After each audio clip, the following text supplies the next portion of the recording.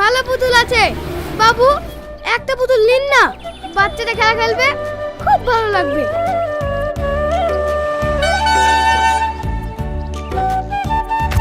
গল্পটা শুরু হয় এক দরিদ্র শিশুর দিয়ে। শহরের ব্যস্ত রাস্তায় প্রতিদিন হাজার মানুষের ভিড়ের মাঝেও একটা ছোট্ট ছেলেকে খুব কম মানুষই খেয়াল করত। বয়স বেশি না, 10 কিংবা 11, কিন্তু তার চোখের যে ক্লান্তি, সেটা যেন অনেক বড়দের জীবনকেও হার মানিয়ে দেয়। হ্যালো বন্ধুরা, স্বাগতম তোমাদের ড্রিম বাংলা চ্যানেলের এক বাস্তবমুখী নতুন নাটকে।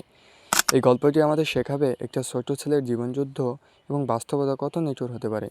গল্পটি আপনাদের চিন্তার জগৎকে সম্পূর্ণ পাল্টে দেবে। নাটকের শেষে রয়েছে ছেলেটির জীবনযুদ্ধের এক মহাসংগ্রাম। বন্ধুরা, তোমরা যারা এখনও চ্যানেলটি সাবস্ক্রাইব করোনি, তারা এখনই সাবস্ক্রাইব করে আমাদের আত্মবিশ্বাসকে বাড়িয়ে দাও এবং তোমাদের আত্মবিশ্বাসই আমাদের নতুন নাটক গড়ে তুলতে সহায়তা করে। গল্পটি শুরু হয় এক ব্যস্ত শহরে, যেখানে প্রতিদিন হাজার মানুষের নিজের স্বপ্নের পেছনে ছুটছে। কেউ সফল হচ্ছে, কেউ হেরে যাচ্ছে, কিন্তু এই ব্যস্ত শহরের ভিড়ের মাঝেও কিছু গল্প থাকে যেগুলো কেউ দেখে না, কেউ শোনে না। আজকের গল্পটাও ঠিক তেমনই এক অদেখা গল্প। একটা ছোট্ট ছেলের এক মায়ের গল্প, যারা একে অপরের খুব কাছাকাছি থেকেও অনেক দূরে ছিল। সকালে নাস্তার সময় রাস্তার দুই পাশে দোকান, গাড়ির লাইন, মানুষের কোলাহল।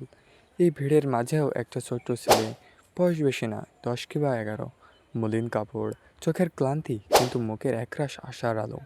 তার হাতে কয়েকটা পুতুল। সে হেঁটেছে, বারবার বলছে, পুতুল নিন না, খুব ভালো পুতুল আছে, বাচ্চাটা খেলবে, খুব ভালো লাগবে। কিন্তু কেউ থামে না, কারোরও মন নেই, কারোর সময় নেই, কেউ চোখ তুলে তাকায়ও না। ছেলেটা একটু একটু থামে, একটু হাঁপায়, তারপর আবার শুরু করে, ম্যাডাম একটা পুতুল নিন না। ঠিক তখনই একটা বিলাসবহুল গাড়ি এসে থামে। গাড়ির ভিতরে বসে থাকা এক মহিলা, দেখতে অভিজাত, সাজগোজ পরিপাটি, কিন্তু চোখে এক অদ্ভুত শূন্যতা। তিনি এবং ড্রাইভারকে বলেন, গাড়িতে থামাও, গাড়িতে থামাও। তিনি নামেন। তার স্বামী অবাক হয়ে বলেন, কি হলো, নামছো কেন? মহিলা ধীরে বলে, আমি একটা পুতুল কিনবো। ছেলেটা দৌড়ে আসে, ম্যাডাম পুতুল নেবেন? বড় ছোট সব আছে।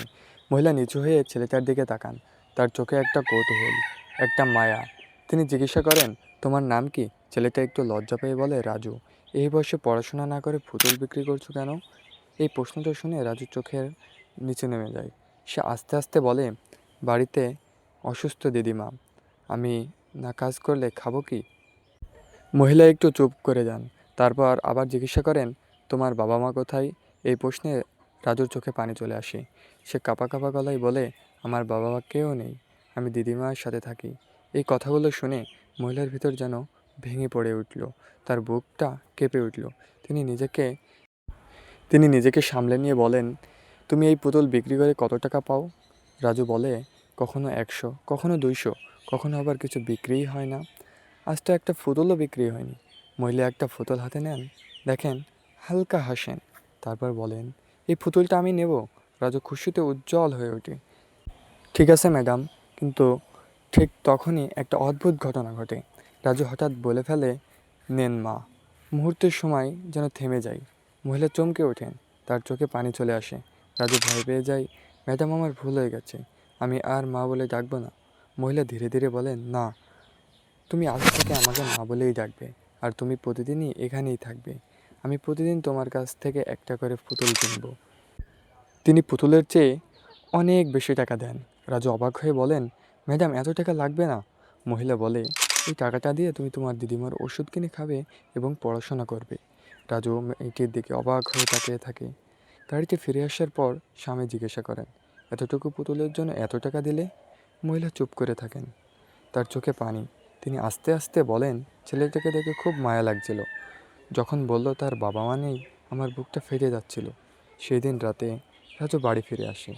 দিদিমার হাতে টাকা আর বাজার তুলে দেয়, কিন্তু দিদিমা সন্দেহ করেন, এত টাকা কোথায় পেলি? চুরি করেছিস নাকি রাজু? রাজু কাঁদতে কাঁদতে বলে, না দিদিমা, আমি চুরি করিনি, এক ম্যাডাম পুতুল কিনে আমাকে এত টাকা দিয়েছে। দাদিমা বুঝতে পারেন। তিনি রাজুকে জড়িয়ে ধরে কারেন, রাজু, তুমি আমাকে মারো না।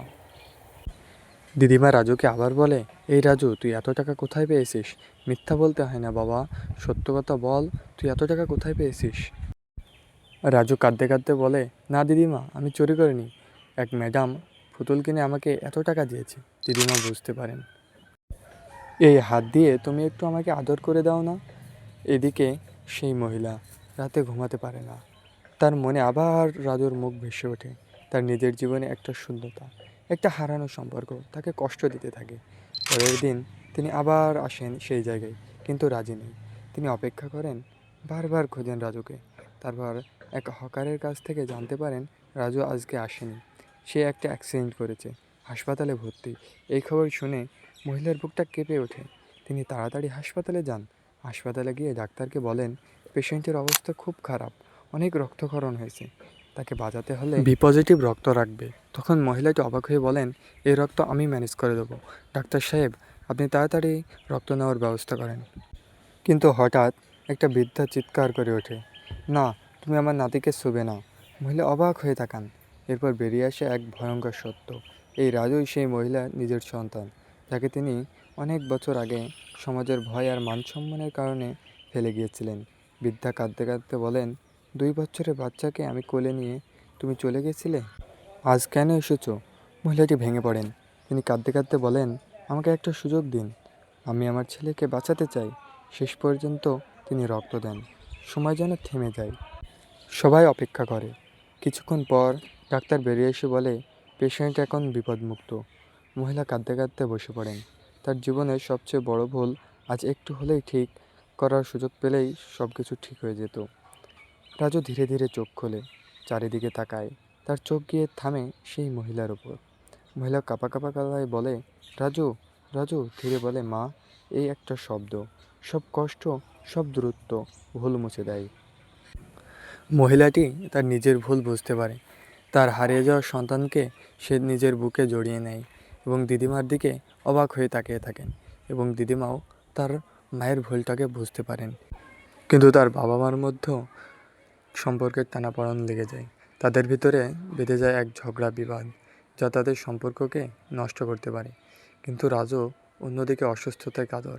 কিন্তু তার বাবা মা ব্যস্ত তাদের সম্পর্কের টানাপোড়েন নিয়ে। তার মা রাগ করে রাজুর কাছে ফিরে আসেন।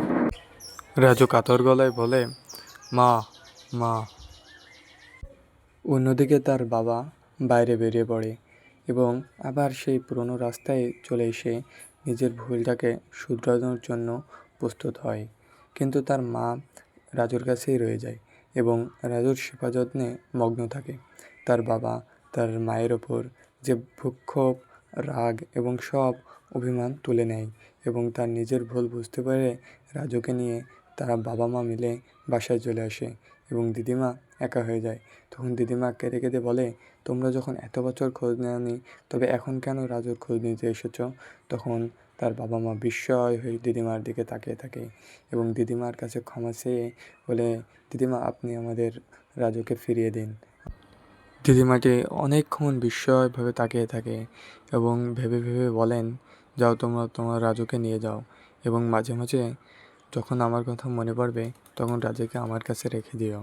তখন তার বাবা মা স্বস্তির নিঃশ্বাস ফেলেন এবং তখনই ডক্টর সাহেব আসেন এবং তিনি বলেন, আপনারা অসুস্থ ব্যক্তির সামনে বেশি কথা বললে ও ঘুমের ডিস্টার্ব হবে এবং ও আরও অসুস্থ হতে পারে।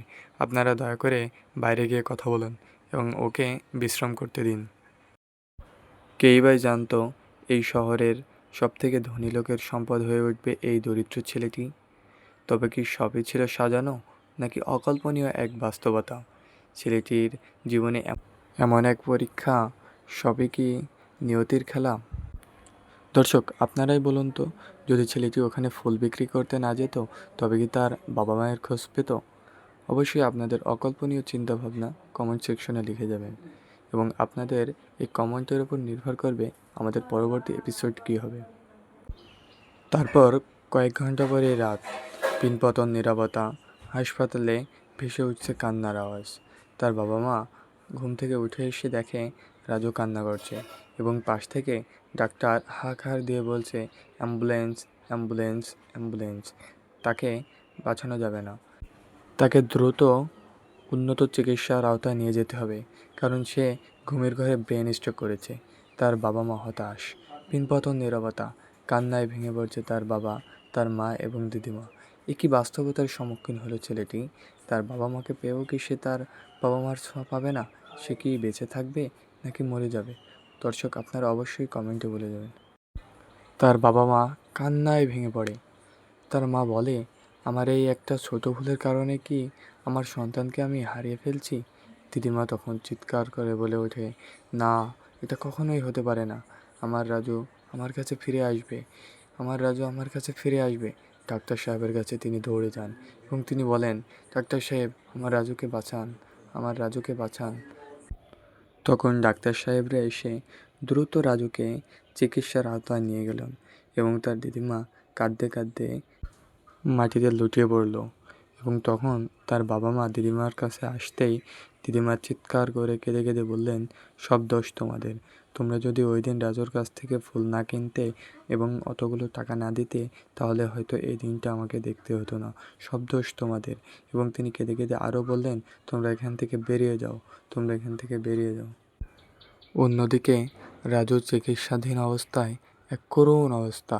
তার ব্রেনটে ধরা পড়েছে এক মারাত্মক টিউমার এবং এর থেকে তার ক্যান্সার হওয়ার সম্ভাবনা অনেক বেশি। ডাক্তার সাহেবরা খুব চিন্তিত। হঠাৎ এই বয়সে এত বড় রোগের কারণ কি? তখন তিনারা ভাবলেন, তার বাবা মাকে ডাকলেন এবং তার বাবা মার কাছ থেকে জিজ্ঞাসা করে জানলেন, সে ছোটোবেলায় রোদে ছোটাছুটি করত এবং না খেয়ে না দিয়ে দিন পার করে দিত। এই কারণে তার ভিতরে এই মরণবাদী রোগের আক্রান্ত। তখন তার বাবা মা এই কথাগুলো শুনে আশ্চর্য হতবাক হয়ে কান্নায় ভেঙে পড়ল এবং মাটিতে লুটিয়ে পড়ল। এখন ডাক্তার সাহেবকে বললেন, আমার রাজুকে বাঁচাতে হলে কি করতে হবে ডাক্তার সাহেব? ডাক্তার সাহেব বললেন, তার ইমার্জেন্সি রক্ত লাগবে এবং অনেক টাকার প্রয়োজন এবং আমাদের এই হাসপাতালে সেই সরঞ্জামগুলো নেই এবং আপনারা যদি তাকে বাঁচাতে চান তাকে কলকাতাতে নিয়ে যান এবং উন্নত চিকিৎসার আওতায় দ্রুত ব্যবস্থা করেন। এবং তিনি আরও বললেন, যদি আপনি তাদেরকে বাঁচাতে চান তাকে অবশ্যই মানসিকভাবে অসুস্থতার মতো দেখতে পাবেন এবং সে চিরতরে কথা বলা এবং দৃষ্টিহীনতায় ভুগতে থাকবে। আপনারা দ্রুত তাকে চিকিৎসার আওতায় করেন, নাহলে সে মৃত্যুর মুখে ঠেলে পড়বে। তখন তার বাবা মা এই কথা শুনে হতাশ হয়ে পড়েন এবং কান্নায় ভেঙে পড়েন হাসপাতালের মাটিতে। এবং অন্যদিকে তার দিদিমা অসুস্থ হয়ে জ্ঞান হারিয়েছেন, তিনিও হাসপাতালে ভর্তি। এ কোন বাস্তবতার সম্মুখীন হলো রাজু এবং তার রাজুর পরিবার? তার দিদিমা কি রাজুকে হারিয়ে একা হয়ে যাবেন, নাকি তার বাবা মার কাছে ফিরিয়ে দেবেন তার সুস্থ রাজুকে? রাতটা এভাবেই কেটে গেল হতাশায়। রাতের মধ্যেই পৌঁছে গেল রাজুকে নিয়ে অ্যাম্বুলেন্স কলকাতার এক বড় হাসপাতালে। অন্যদিকে তার বাবা মা চিন্তিত রাজুকে নিয়ে, কারণ তার আজ বড় অপারেশন, হয় সে মরবে নয় বাঁচবে। অন্যদিকে তার দিদিমা জ্ঞান ফেরেনি। একে চরম বাস্তবতার সম্মুখীন হচ্ছে রাজু ও তার পরিবার। সকাল হতেই না হতেই রাজুকে নিয়ে চলে গেল অপারেশন থিয়েটারে এবং দীর্ঘ 5 ঘন্টা অস্ত্রোপচারের পরে ডাক্তার সাহেব নিয়ে এসলো এক নতুন সুখবর। তিনারা তার বাবা মাকে বললেন, আপনারা কোনো টেনশন করবেন না, আপনাদের রাজু ঠিক আছে। তার পিতামাতা স্বস্তির নিঃশ্বাস ফেলল এবং এই খবরটি তার দিদিমা শোনার পরে তিনিও সুস্থ হয়ে উঠলেন। ডাক্তার সাহেব আরও বললেন, তাকে সুস্থ সবল করে তুলতে আপনারা তাদেরকে 1 মাস এখানে রাখেন এবং তারপরে বাসায় নিয়ে যান। তখন দীর্ঘ একটা সময় তার মা তাকে সেবা যত্ন করে রাজু আস্তে আস্তে সুস্থ হয়ে উঠল এবং তার বাবা মাকে নিয়ে রাজু এবং দিদিমাকে নিয়ে তারা বাসায় ফিরে এসলো এবং সবাই সবার নিজের ভুল বুঝতে পারল। ছোট্ট এই ছেলেকে রাজুর জীবনযুদ্ধ ছিল এই এক মহাকাব্যের মতো। তার এই জীবনযাত্রা যেন এক মহাযুদ্ধে পরিণত হয়েছিল। তবে কি সবশেষে তার বাবা মাকে সে ফিরে পেল? এই ছিল রাজুর সন্তুষ্টি, এই ছিল তার বাবা মায়ের আশা, এই ছিল তার দিদিমায়ের প্রত্যাশা। আজকের এই গল্পটা আমাদেরকে শেখায়, জীবনে আমরা যত বড়ই হই, যত টাকা পয়সা সম্মানই থাকুক না কেন, একটা সম্পর্কের কাছে সব কিছুই ছোট। মা আর সন্তানের সম্পর্ক, এটা কখনোই ভাঙে না, শুধু সময়ের মধ্যে হারিয়ে যায়, আবার ঠিক হয়ে ফিরে আসে। জীবনের কিছু ভুল শুধরে নেওয়ার সুযোগ পাওয়া যায়, আর কিছু সম্পর্ক কখনো শেষ হয় না। আর যদি সুযোগ পান, আপনি কি আপনার ভুলটাকে ঠিক করে নিতে পারবেন? হ্যালো বন্ধুরা, আজকের গল্পটি ছিল এই পর্যন্তই এবং এটা আমাদের কতটা যে বাস্তবধর্মী আপনারা নিশ্চয়ই এটাকে দেখে বুঝতে পেরেছেন। তবে আমাদের সমাজে এমনও কিছু মানুষ আছে যে কিছু টাকা পয়সা হয়ে গেলে তাদের সন্তানকে দেখে না। অবশ্যই এগুলো আমাদেরকে এড়িয়ে চলতে হবে। আজকের এই পর্যন্তই ছিল আমাদের ড্রিম বাংলার নতুন এপিসোড, এবং পরবর্তী এপিসোডে জানতে হলে অবশ্যই কমেন্টে বলে যান, এবং আপনারা কেমন এপিসোড দেখতে চান তা কমেন্টে লিখে যান, এবং চ্যানেলটি সাবস্ক্রাইব করে আমাদের প্রত্যাশাকে আরও বাড়িয়ে দিন।